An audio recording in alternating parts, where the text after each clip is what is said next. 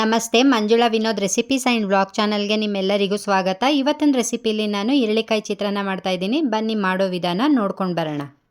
ಈರುಳ್ಳಿಕಾಯಿ ಚಿತ್ರಾನ್ನ ಮಾಡೋದಕ್ಕೆ ನಾನಿಲ್ಲಿ ಒಂದು 3 ಈರುಳ್ಳಿಕಾಯಿ ತೊಗೊಂಡಿದ್ದೀನಿ. ಅಂದರೆ 3 ಹಾಕ್ತಾಯಿಲ್ಲ ನಾನು, ಇದರಲ್ಲಿ 2 ಈರುಳ್ಳಿಕಾಯಿ ಮಾತ್ರ ಹಾಕೊಳ್ತಾ ಇದ್ದೀನಿ ಅಷ್ಟೇ. ಅದರ ರಸ ಹಿಂಡ್ಕೊಳ್ತಾ ಇದ್ದೀನಿ.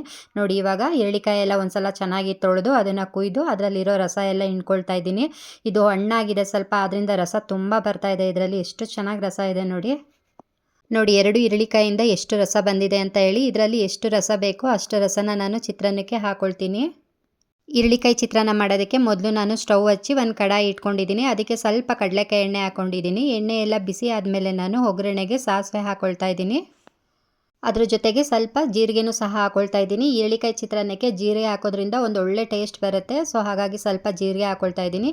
ಈ ಸಾಸಿವೆ ಮತ್ತು ಜೀರಿಗೆ ಎರಡೂ ಚೆನ್ನಾಗಿ ಚಿಟಪಟ ಅಂದಮೇಲೆ ನಾನು ಸ್ವಲ್ಪ ಜಜ್ಜಿಟ್ಕೊಂಡಿರೋ ಅಂಥ ಬೆಳ್ಳುಳ್ಳಿನ ಹಾಕ್ಕೊಳ್ತಾ ಇದ್ದೀನಿ. ಮೇಯ್ನು ಈ ಈರುಳ್ಳಿಕಾಯಿ ಚಿತ್ರಾನ್ನಕ್ಕೆ ಟೇಸ್ಟ್ ಕೊಡೋದೇ ಈ ಬೆಳ್ಳುಳ್ಳಿ. ಸೊ ಹಾಗಾಗಿ ಬೆಳ್ಳುಳ್ಳಿನ ಸ್ವಲ್ಪ ಜಜ್ಜಿ ಹಾಕೊಳ್ಳೋದ್ರಿಂದ ಈರುಳ್ಳಿಕಾಯಿ ಚಿತ್ರಾನ್ನ ತುಂಬ ಟೇಸ್ಟಿಯಾಗಿ ಬರುತ್ತೆ.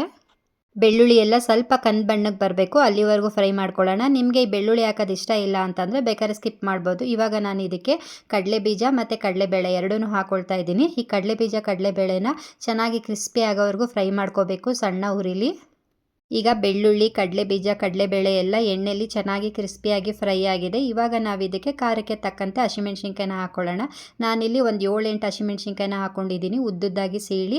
ಹಾಗೆ ಸ್ವಲ್ಪ ಕರ್ಬೇವಿನ ಸೊಪ್ಪನ್ನ ಹಾಕಿ ಸಣ್ಣ ಉರಿಲಿ ಚೆನ್ನಾಗಿ ಫ್ರೈ ಮಾಡ್ಕೊಳ್ತೀನಿ. ಈ ಎಲ್ಲ ಇಂಗ್ರೀಡಿಯೆಂಟ್ಸ್ಗಳನ್ನೂ ನಾವು ಸಣ್ಣ ಉರಿಲಿ ಚೆನ್ನಾಗಿ ಫ್ರೈ ಮಾಡಿಕೊಂಡು ಸ್ಟವ್ ಆಫ್ ಮಾಡ್ಕೊಳ್ಳೋಣ. ಸ್ಟವ್ ಆಫ್ ಮಾಡಿದ್ಮೇಲೆ ನಾವು 1/4 ಟೀ ಸ್ಪೂನ್ ಅಷ್ಟು ಅರಿಶಿನ ಮತ್ತು ರುಚಿಗೆ ತಕ್ಕಷ್ಟು ಪುಡಿ ಉಪ್ಪು ಇಷ್ಟನ್ನು ಹಾಕಿ ನಾವು ಚೆನ್ನಾಗಿ ಮಿಕ್ಸ್ ಮಾಡ್ಕೊಳ್ಳೋಣ. ಅರಿಶಿನ ತುಂಬ ಹಾಕೋಬಾರ್ದು. ಈ ಈರುಳ್ಳಿಕಾಯಿ ಚಿತ್ರಾನ್ನ ಈ ಲೆಮನ್ ರೈಸ್ ಬರುತ್ತೆ ನೋಡಿ, ಅಂದರೆ ಅದೇ ಕಲರಲ್ಲಿ ಇರಬೇಕು. ತುಂಬ ಯೆಲ್ಲೋ ಕಲರ್ ಆಗಿಬಿಟ್ರೆ ಅಷ್ಟು ಚೆನ್ನಾಗಿರಲ್ಲ. ಸೊ ಹಾಗಾಗಿ ಒಂದು ಸ್ವಲ್ಪ ಅರಿಶಿನ ಹಾಕ್ಕೊಂಡ್ರೆ ಚೆನ್ನಾಗಿರುತ್ತೆ. ಫೈನಲ್ ಆಗಿ ನಾವು ಇದಕ್ಕೆ ಕಟ್ ಮಾಡಿ ಇಟ್ಕೊಂಡಿರೋ ಅಂಥ ಕೊತ್ತಂಬರಿ ಸೊಪ್ಪು ಹಾಗೆ ಸ್ವಲ್ಪ ಕಾಯಿ ತುರಿನ ಸೇರಿಸಿ ಮತ್ತೆ ಒಂದು ಸಲ ಚೆನ್ನಾಗಿ ಮಿಕ್ಸ್ ಮಾಡಿದ್ರೆ ಈರುಳ್ಳಿಕಾಯ್ದು ಗೊಜ್ಜು ರೆಡಿ ಆಗುತ್ತೆ. ಇನ್ನು ಈರುಳ್ಳಿಕಾಯಿ ರಸ ಒಂದನ್ನು ಸೇರಿಸ್ಕೋಬೇಕು ಅಷ್ಟೇ. ಇದಕ್ಕೆ ನಾವು ಈರುಳ್ಳಿಕಾಯಿ ರಸನ ಇವಾಗ ಬೇಕಾದರೂ ಹಾಕೋಬೋದು, ಇಲ್ಲ ಅಂತಂದರೆ ಅನ್ನ ಎಲ್ಲ ಹಾಕೊಂಡ್ಮೇಲೆ ಆವಾಗ ಬೇಕಾದರೂ ಈರುಳ್ಳಿಕಾಯಿ ರಸನ ಹಾಕೋಬೋದು. ತುಂಬ ಕಮ್ಮಿ ಇಂಗ್ರೀಡಿಯೆಂಟ್ಸನ್ನು ಉಪಯೋಗಿಸಿ ಈ ಈರುಳ್ಳಿಕಾಯಿ ಚಿತ್ರಾನ್ನ ಮಾಡ್ತಾ ಇರೋದು. ಟೇಸ್ಟ್ ಅಂತೂ ಅದ್ಭುತವಾಗಿರುತ್ತೆ. ಸೇಮ್ ಲೆಮನ್ ರೈಸು ಅಷ್ಟೇ, ಇಷ್ಟೇ ಇಂಗ್ರೀಡಿಯೆಂಟ್ಸ್ನ ಬಳಸಿ ಮಾಡೋ ಅಂಥದ್ದು.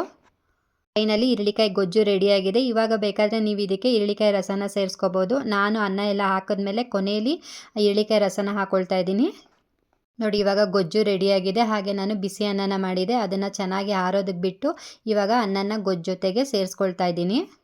ಈ ಈರುಳ್ಳಿಕಾಯಿ ಚಿತ್ರಾನ್ನ ರಾತ್ರಿ ಏನಾದರೂ ಅನ್ನ ಮಿಕ್ಕಿದ್ರೆ ಆ ಅನ್ನದಿಂದನೂ ಮಾಡ್ಕೋಬೋದು, ಚೆನ್ನಾಗಿರುತ್ತೆ. ಅಥವಾ ಈ ಈರುಳ್ಳಿಕಾಯಿ ಚಿತ್ರಾನ್ನಕ್ಕೆ ನೀವು ಬೆಳ್ಳುಳ್ಳಿ ಹಾಕ್ಕೊಂಡು ಮಾಡ್ಕೋಬೋದು, ಇಲ್ಲಾಂತಂದರೆ ಈರುಳ್ಳಿನ ಹಾಕಿ ಸಹ ಮಾಡ್ಕೋಬೋದು. ಇಲ್ಲಾಂತಂದರೆ ಬರೀ ಈರುಳ್ಳಿ ಬೆಳ್ಳುಳ್ಳಿ ಇಲ್ಲದೇನೆ ಬರೀ ಒಗ್ಗರಣೆನ ಹಾಕಿ ಸಹ ಈರುಳ್ಳಿಕಾಯಿ ಚಿತ್ರಾನ್ನ ಮಾಡ್ಕೋಬೋದು. ಈರುಳ್ಳಿಕಾಯಿ ರಸನ ಹಾಕಿದ್ಮೇಲೆ ನಾನು ಅನ್ನನ ಹಾಕಿ ಚೆನ್ನಾಗಿ ಮಿಕ್ಸ್ ಮಾಡ್ಕೊಳ್ತಾ ಇದ್ದೀನಿ.